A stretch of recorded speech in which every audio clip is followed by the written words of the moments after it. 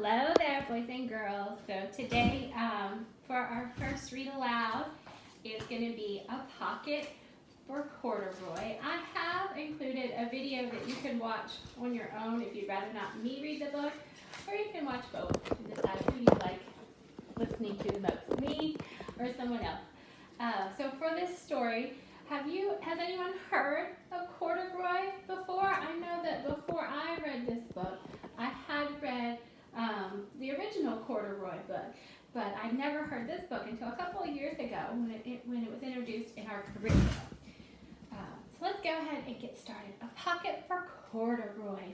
We've been talking about names today, and corduroy is such an interesting name. The author of this book is Don Freeman. A pocket for corduroy. A pocket for corduroy. Late one summer afternoon, Lisa and her mother took their laundry to the laundromat. As always, on such trips, Lisa carried along her toy bear, Corduroy. I bet some of you have a special toy that you like to carry around as well. The laundromat was a very busy place at this hour. The laundromat, if you haven't been there before, a laundromat is a place that you can go and wash your clothes. They have washers and dryers. Now, Corduroy, you sit right here and wait for me, Lisa said. I'm going to help out with the wash.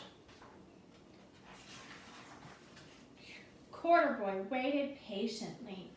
Then he suddenly perked up his ears. Lisa's mother was saying, "Be sure to take everything out of your pockets, Lisa dear. You don't want your precious things to get all wet and soapy." Oh, look, Corduroy's face tells me there might be something wrong. "Pockets," said Corduroy to himself. "I don't have any pockets." He slid off the chair.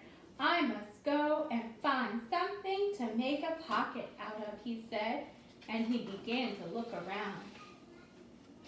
Without hesitating, he climbed inside the bag, which was filled with pieces of wet laundry. The dampness didn't bother Corduroy in the least. "This must be a cave," he said, sighing happily. "I've always wanted to live in a dark, cool cave. You know, real bears do live in caves sometimes."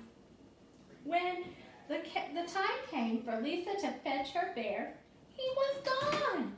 How do you think Lisa felt when her bear was gone? You're right, she probably was a little sad. "Oh, Mommy," she exclaimed, Corduroy isn't here where I left him." "I'm sorry, honey," said her mother, "but the laundromat will be closing soon, and we must be getting home." Lisa was reluctant to leave without Corduroy, but her mother insisted. "You can come back tomorrow," she said. "I'm sure he will still be here." As they left, a young man wearing an artist beret was taking his wet laundry out of the bag. The very bag Corduroy had discovered.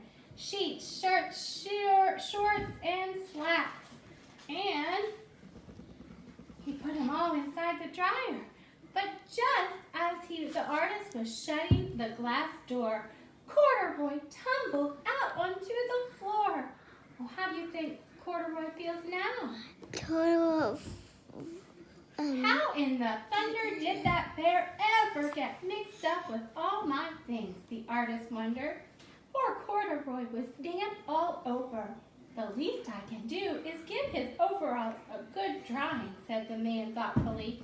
He unbuttoned Corduroy's shoulder straps and put his overalls in the dryer. Corduroy. Mama, you want my new that? Corduroy grew dizzy as he watched the clothes spinning around, but the artist became inspired. "This would make a wonderful painting," he said as he took a sketch pad out of his pocket and began drawing the swirling colors. "I can hardly wait to get back to my studio." Finally, the dryer stopped whirling whirling, and the man gathered up the clothes. Then he helped Corduroy put on his warm, dry overalls. All at once, the manager of the laundromat called, "Closing time! Everybody out!" Corduroy was gently placed on top of a washing machine. "I wonder who that bear belongs to," said the artist as he was leaving. "Seems to me he should have his name someplace." "Yeah, that's a good idea. He's too fine a fellow to be lost." As soon as the lights were turned off, Corduroy began his search again. He was surprised to see something glowing in the dark. "Maybe it's snow," he said excitedly. "I've always wanted to play in the snow." "Do you think this is snow?" "No, it's laundry flakes. It's laundry soap. So soap for your laundry can come in liquid, powder, or even little pods." He accidentally tipped over the open-lidded box, and suddenly he was covered with soft, slippery soap flakes. Gradually, Corduroy began to slip and slide. "Oh, what fun," he said with a smile. "I've always wanted to ski down a steep mountainside." He landed, so he's probably feeling pretty excited here. See the big smile on his face? But then when he lands in the laundry basket, his smile turns upside down into a frown. He's not feeling happy now. He landed paws first into an empty laundry basket. "This must be a cage," he said, peeking through the bars. "I've never wanted to live inside a cage like a bear in the zoo." But by now, Corduroy felt drowsy, and soon he nodded off to sleep. Next morning, when the manager came to open the door of the laundromat, there was Lisa waiting. "I left something here yesterday," she explained. "May I look around?" "Certainly," said the manager. "My customers are always leaving things." Lisa was searching under the chairs, in the back of the washing machines, when she heard the manager call her. "Is this what you're looking for, Senorita?" Who did he find? He found He found Corduroy, didn't he?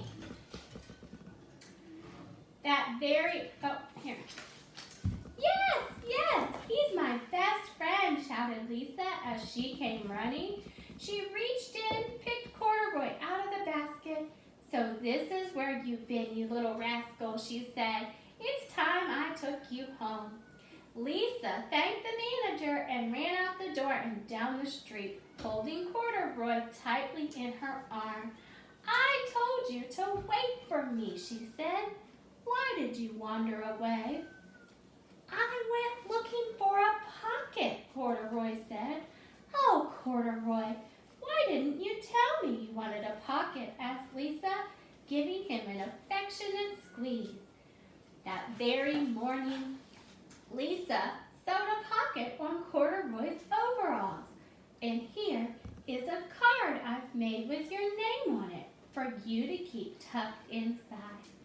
"I've always wanted a purple pocket with my name tucked inside," said Corduroy, as he and Lisa nuzzled noses. That way, if he's lost, why do you think Lisa put his name in his pocket? That's right, if he gets lost, people will